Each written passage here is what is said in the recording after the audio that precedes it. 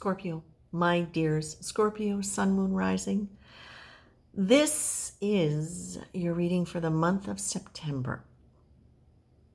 Now, there are two things that come to mind immediately. And one is a song called Darling Lily. I'm not familiar with the song, so I looked it up. Goes way back to sometime in the 60s, and it is actually a song about a spy who's pretending to be, who's well loved, but is actually a spy for the Germans. She comes and does her thing in the UK and is well loved by the soldiers and everything, and they all think she's so great, but secretly she's a spy. And why is that relevant for you? It's two identities. Now, the next thing that I get, so we're just going to hold that one for a minute. We're not saying you're a spy or that you're bad, okay? The next thing that they're showing me is you as a snake in a rope basket, and you are being charmed by a snake charmer, the way you see them in, photos of India. But all of a sudden now, it's literally like your eyes change and you suddenly realize, it's like you've come out of the trance and you're looking at this snake charmer and it's like, seriously. And then all of a sudden, something comes up out of the basket and it's you and it's a hand. Or it's a claw, actually. And you go, paf, like this. And you knock that flute right out of the snake charmer's hand so it no longer has any power over you. And you suddenly start rising up and you realize it's like, oh my God, I'm not a snake at all. No matter how beautiful I am, because I'm purple and I'm silver and I'm glowing, no matter how beautiful I am, I'm more than that. I'm not a snake at all. And as you realize that, you come out and you are this beautiful dragon. You are as beautiful as the snake ever was, but you're bigger and you're stronger and you're more beautiful.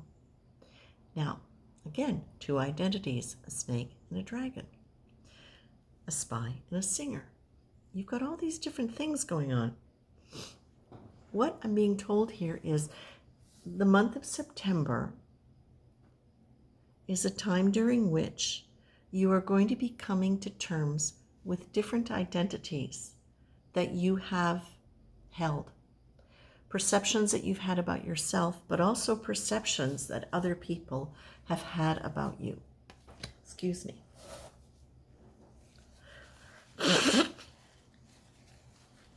So talk to me, please, Spirit, about what that's going to look like. Okay.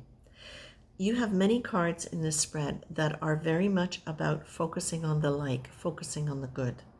You've got about boundaries, but you've also got focus on the good in yourself as well as in other people, that you do not have to apologize, my dears, for becoming a dragon, for expressing your dragon self. Think of your dragon self as the part of you that is linked inextricably to the mystical, to the mystical, I was going to say mythical, but not mythical, to the mystical, to that thing that may have been described as magic, but is really about the fundamental operation of energy and how it interfaces with us as humans in human form, as spirits in human form, and as spirit in spirit form, as ourselves in spirit form. And this is really a way of indicating to you, Scorpio, that the power that is inherently yours because you are an expanded being is going to come into play. And it may look like a big dragon. It may not look like a big dragon. But if you can understand it within the context of your personal power coming to light in an identity that might be frightening to some people, but something that you do not have to apologize for. And that by allowing this aspect of yourself to come up, what you also get to do is understand now what kind of boundaries you can set for yourself when you know that you are a mighty dragon with all sorts of magical capabilities, because dragons are They're defenders, they're protectors, they're warriors. They carry magic in them. They are magical beasts.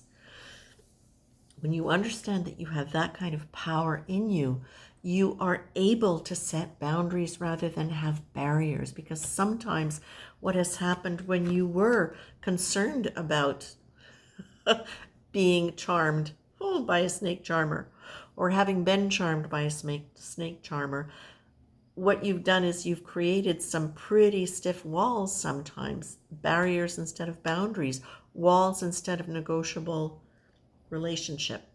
And now what they're saying is you can now decide, are you going to focus on yourself as the spy rather than the entertainer, as the snake rather than the dragon, because you are afraid to present yourself in your truth of who you are? Are you willing, are you able to understand that there is so much more going on than just your personality? And that by embracing this image and this idea, you are allowing it to manifest more completely through your personality, by not apologizing for who you are, and by focusing on the things that you like about other people, focusing on the positives. And again, this is important.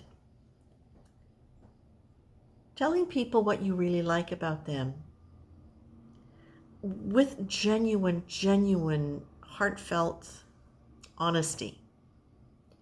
It encourages them to do more of that. If you tell them what's wrong with them, that's harder. They get defensive with that, right? But what you're also being told is, don't pretend to like something you don't like. If you don't like it, this is where you have the courage now. You're not hypnotized by anybody else's needs. You're not hypnotized anymore by what society tells you you should be doing.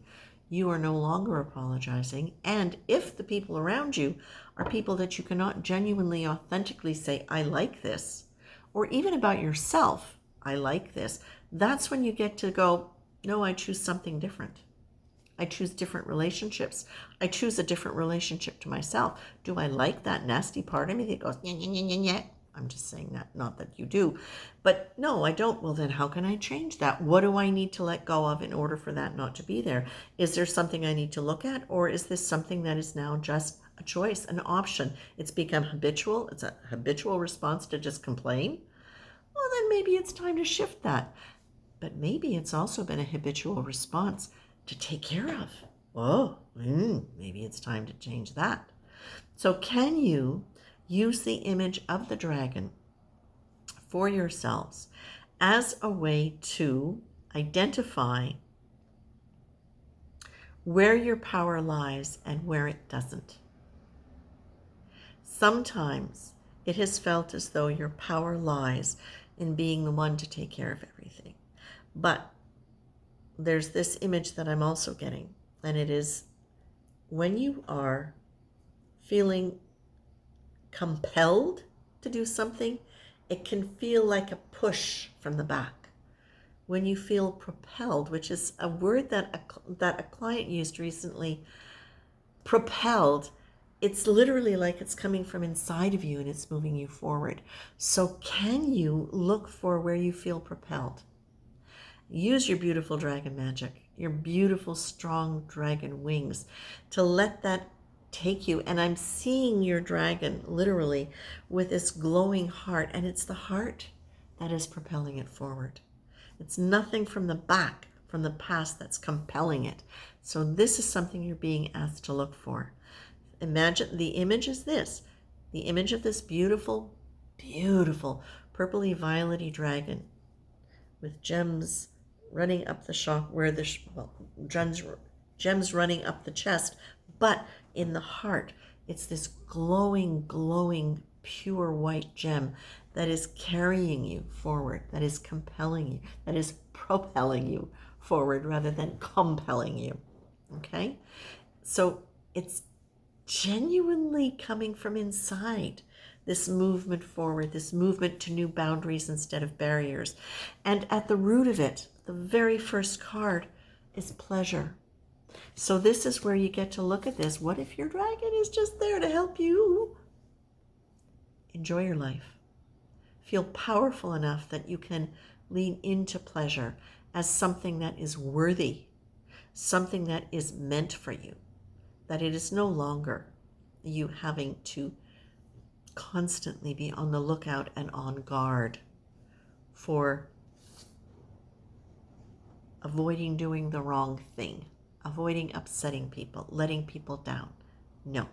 This is where you get to say, yeah, not sorry, going for the pleasure now. And please remember that as a mystical, magical creature, you have a lot more. You are connected a lot more to the sacred. You are connected a lot more to the wisdom that is beyond personality. So whatever you need to do in order to embrace, hold, care for, love this dragon part of you, own it, all of it. Because the dragon can carry, there's the polarity of the dragon. There is the capacity for the dragon to hold all of you. The parts of you that you're still not sure of, the parts of you you're still frightened of, let your dragon hold it and embrace it all. Because that is where you get to really get in touch with who you are beyond those things that frighten you about yourself. That's where you really get to be able to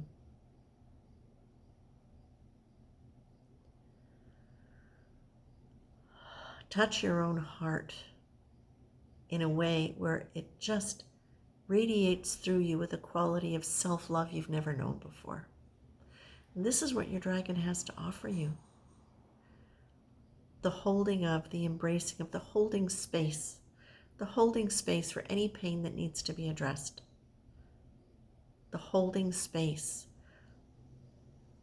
with love and with the remembrance that you are mystical and magical and that you have the power beyond any wound you fear, beyond any judgment or criticism you fear. You are far more than that. And this is the time where staying prayerful, remembering the sacred, staying connected to that part of you that is sacred. I like the image of a dragon. You choose. It's up to you. Just remember that it's there. You give it whatever characteristics you want. You give it whatever colors you want. You give it whatever physical embodiment you want. It might be a frog. We don't know. It's you. You get to decide. Just remember, it's power, and it's power of the sacred, and that is you. I leave you with that, my very, very dear Scorpios. Much love.